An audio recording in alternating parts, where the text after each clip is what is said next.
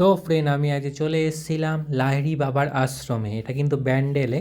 তো আমি অনেকটা আগে চলে এসেছিলাম, তার জন্য বাইরে দাঁড়িয়েছিলাম। বাইরে আম বাগান ছিল, এটা কিন্তু অনেক দিন আগের, যখন আমের সময়কার ব্লগ। তো ওখানে আমগুলো একটু দেখে নিচ্ছিলাম, তারপরে ভেতরে ঢুকলাম, কারণ 5টার পর ছাড়া ঢোকা যায় না। তো 5টার পর ভেতরে ঢুকলাম। এ দেখো সামনেটা এত সুন্দর, এখানে অনেক কিছুই আছে।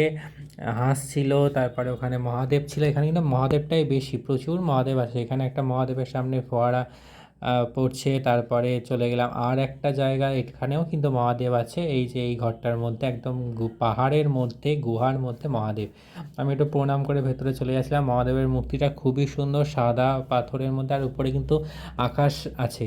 দেখে মনে হচ্ছে আকাশের নিচে দাঁড়িয়ে আছে, এবং ঘরটা কিন্তু খুবই সুন্দর, উপরে জল পড়ার জন্য সেরকম ব্যবস্থা করা আছে। তো এখানে মহাদেবটাই বেশি, যেটা বললাম। কিন্তু এখানে প্রচুর ঠাকুর আছে, আর এটা কিন্তু বাইরেটা গুহার জানলা বলতে পারো। আর এইটা চারপাশে কিন্তু জল দিয়ে ঘেরা আছে। আবার সামনেটা ওঠার সময় একটা জলের ব্রিজ আছে। দেখো, এটা হচ্ছে ব্রিজ, এখান দিয়ে উঠতে হয়, নিচে কিন্তু জল। আর এখানে অনন্ত সূর্য নারায়ণ থেকে শুরু করে অনেক কিছু আছে। এখানে কিন্তু অনেক ঠাকুর একসাথে আছে। এটা হচ্ছে যীশু খ্রিস্ট। সমস্ত ধর্ম অবলম্বনে এখানে রাখা আছে। এখানে মা দুর্গাকে নিয়ে যাচ্ছে কাঁধে করে, যেটা কলকাতা আহিরীটোলায় আমরা দেখেছিলাম। এটা হচ্ছে বৈষ্ণব দেবীর মন্দির। তোমাদের বললাম যে এখানে অনেক কিছু আছে। ভেতরে কিন্তু আরও অনেক ঠাকুর দেবতা আছে, অনেক ধর্মের ঠাকুর আছে, কিন্তু আমরা ভেতরটায় ক্যামেরা অ্যালাউ ছিল না বলে দেখাতে পারলাম না। এটা কিন্তু বাইরেটা। মেন মন্দিরে যাওয়ার আগে কিন্তু এইগুলো পড়বে। বৈষ্ণব দেবীর এখানে পুজো হচ্ছিল। এই ভিডিওগুলো কিন্তু আমরা ভিডিও করতে পেরেছি, কিন্তু আসল মন্দিরের ভেতরের যে ঠাকুরগুলো সেগুলো ভিডিও করতে পারিনি। তো আমার তো খুবই ভালো লাগছিল। তো এখানে ঘুরে ঘুরে দেখছিলাম।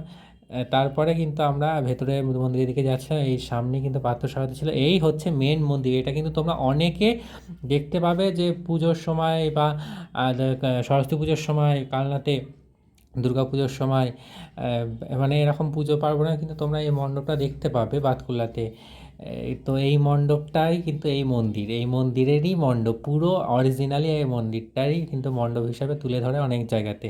আমরা কিন্তু অনেক জায়গায় দেখেছি এরকম মণ্ডপ। তো ফার্স্টে মণ্ডপ দেখেছি, তারপর মন্দির দেখলাম পুরো সেম। ওখানে ঢোকার আগে কিন্তু এখানে জলে পা ধুতে হচ্ছে না, তুমি পা দিলে পা অটোমেটিক ধুয়ে যাবে। এবং তারপর ব্রিজের মধ্যে দিয়ে যেতে হচ্ছে, চারিদিকটা জল দেওয়া, একটি মাত্র ব্রিজ। এবং এখানে কিন্তু ফোন একবারই অ্যালাউ নেই, ফোন পুরোপুরি বন্ধ করে পকেটে রাখতে হবে। তো আমি পরের পার্টটা তোমাদের পরে দেখাচ্ছি। এখানে কিন্তু রাম মন্দিরও ছিল পাশে একটা। তো এই পার্টটা এইটুকুনি, পরের পার্টে বাকিটা দেখাচ্ছি। টাটা।